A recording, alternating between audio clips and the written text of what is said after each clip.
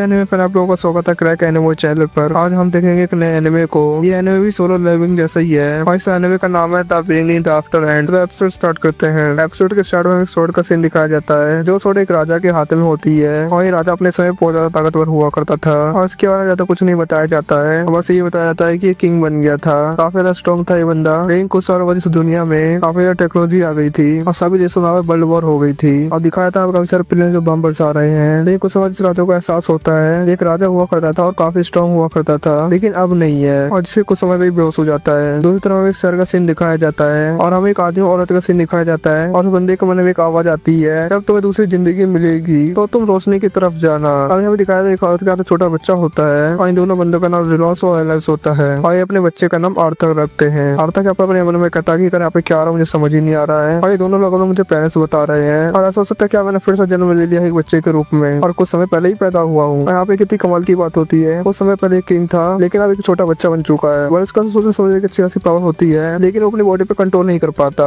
यानी कि मतलब यहाँ पर अपने हाथ पर ढंग से यूज नहीं कर पा रहा और उसका शरीर अपने आप रिएक्ट कर रहा है और पॉटी वगैरह भी कर दे रहा है। और यहाँ पे वो कहता है क्या दिन आ चुके हैं मेरे को अपने खुद की बॉडी पे कंट्रोल नहीं है। वहाँ पे सोचते है कोई सपना होगा और वो जल्दी से सपने से उड़ जाएगा, लेकिन ये सपना लंबा ही होते जा रहा है। हमें दिखाया तो रिलॉन्स होता है, उसका काफी कमाल की एबिलिटी होती है। यहाँ पर अपनी ताकत से पूरी चट्टान को तोड़ के रख देता है। यहाँ पे दिखाया तो थोड़ी थोड़ी छोट आ जाती है हाथ पर, लेकिन यहाँ पे जिसकी वाइफ होती है एलिस वो उसे हील करने लग जाती है और ये सब देख के आर्थर शॉक हो जाता है और वो सोचता है उसकी दुनिया में सब कुछ नहीं था, यहाँ पर तो सब कुछ अजीब ही है। ये लॉन्च जाता है एक बड़े से जंगल में और इधर वो एक बड़े से बीस्ट को मार के आता है। यहाँ पर उसकी टीम भी होती है और उसकी टीम ने भी यहाँ पर काफी सारे बीस्टों को मारा होता है, जिसका हमें देखा था जब घर पे आता है हमें दिखाया था उसके हाथ में काफी सारा खून लगा है और उसके पास वेपन वगैरह भी है और ये सब चीज आर्थर नोटिस करता है और कहता है दुनिया में सबके पास अपने अपने वेपन होते हैं और मैजिकल पावर्स भी होती है और इसका मतलब है जैसे वो बड़ा होगा और जल्दी से उसके पास ये चीजें होनी चाहिए। उसके उसके कहते हैं तुम्हारा सोने का समय हो चुका है, डैडी को हेलो बोलते हैं चलो सोने चलते हैं। आर्थर अपनी पिछली लाइफ के बारे में याद करता है, वहाँ पर वो चैन से सो भी नहीं सकता था और किसी भी समय उसमें हमला हो जाता था और सुख शांति से इसी दुनिया में मिल सकती है। इसका मतलब है कि दुनिया इतनी बुरी नहीं है। यहाँ पर कुछ दिन बीत जाते हैं और आर्थर अपने पैरों पर रहना शुरू कर देता है और पहली बार आईने में अपनी शक्ल दिखता है और वो कहता है वो बिल्कुल ही बड़ा नहीं हुआ है, बहुत छोटा है। वो आईने में देखता है और जब उसकी उसे सुला देती है तो उस समय वो अपने पाले से बाहर निकल जाता है और एक रूम में आता है। इसमें काफी सारी बुक्स होती है, इससे पता होता है कि नॉलेज ही सबसे बड़ा हथियार है। यहाँ पर वो बुक्स रीड करना शुरू कर देता है और वो एक बुक खोलता है जिससे दुनिया की कुछ इन्फॉर्मेशन मिल जाए। हमें बताया जाता है जिस कॉन्टिनेंट पे ये पैदा हुआ है, जिस कॉन्टिनेंट का नाम है डकैत है। यहाँ पर 3 किंगडम्स है। पहला किंगडम है डॉफ किंगडम जो नेशन है डॉफ्स का,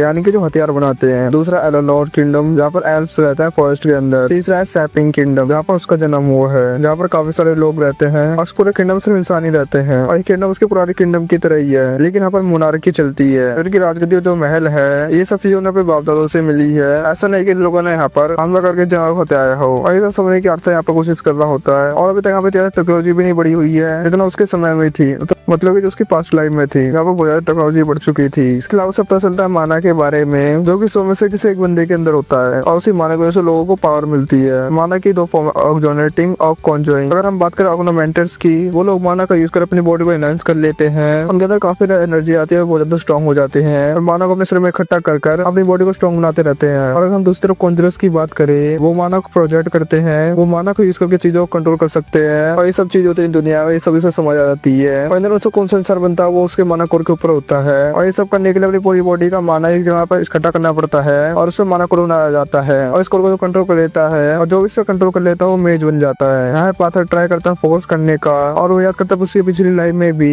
ऐसे कुछ कॉन्सेप्ट था जिसे की कहा जाता था, स्ट्रॉन्ग बन सकते थे। और जब आर्थर यहाँ पर फोकस कर रहा होता है तब यहाँ पर उसकी माँ हो जाती है, वो कहती है अच्छा तुम्हें यहाँ पर पोटी कर दी है, लेकिन आर्थर यहाँ पर अपने होने में कहता है ऐसा कुछ नहीं है, ऐसा कुछ नहीं है, इस बार तो नहीं, लेकिन ऐसा हो चुका होता है क्योंकि अब उसके यहाँ पर उसकी पूरी बॉडी पूरा कंट्रोल तो है नहीं और आप उस चीजों को फोकस कर रहा था जिससे सब कुछ चीजों को बारे में याद ही नहीं रहा। यहाँ पे आर्थर की उसे यहाँ से ले जाती है। आर्थर सफर मेरे मन में बोलता है ये बॉडी एक जेल की तरह है, लगभग यहाँ पर 2 साल बीत चुके होते हैं और समय काफी तेजी से बीत चुका होता है। आर्थर की मम्मी नोटिस करती है आर्थर को हंसते हुए नहीं देखा है और दूसरी तरफ रिलॉन्स आर्थर के हाथ में लकड़ी देता है जहाँ पर आर्थर एक तलवार चलाना शुरू कर देता है, जिससे देख के एलेक्स को काफी ज्यादा गुस्सा आता है। उनके छोटे आर्थर को यहाँ पर क्या सिखा रहा है, वहाँ पर देखता है उसकी माँ उसके डैड को डांट रही है। यहाँ पर आर्थर समझ जाता है इस दुनिया में औरतों की ज्यादा चलती है, मैरिज की बात हो सकता है ऐसा। जिसका एलिस आर्थर को मार्केट में लेके जाती है जहाँ पर वो मार्केट में उससे काफी अच्छा महसूस होता है। वहाँ पर अलग वेपन देखता है, नई नई चीजें देखता है और उसे दुनिया को नई नई चीजें सीखने को मिलती है। यहाँ तक कि वो लोगों को मैजिक यूज करते हुए देखता है, यहाँ के लोग मैजिक कैसे यूज करते हैं। एक बात यहाँ पर ये भी है रिलॉस और आर्थर उसका काफी सारे तरीके से ख्याल रखते हैं, शायद यही फैमिली होती है और इसी चीज की कदर करते हैं और इस चीज का कभी उसे महसूस नहीं हुआ।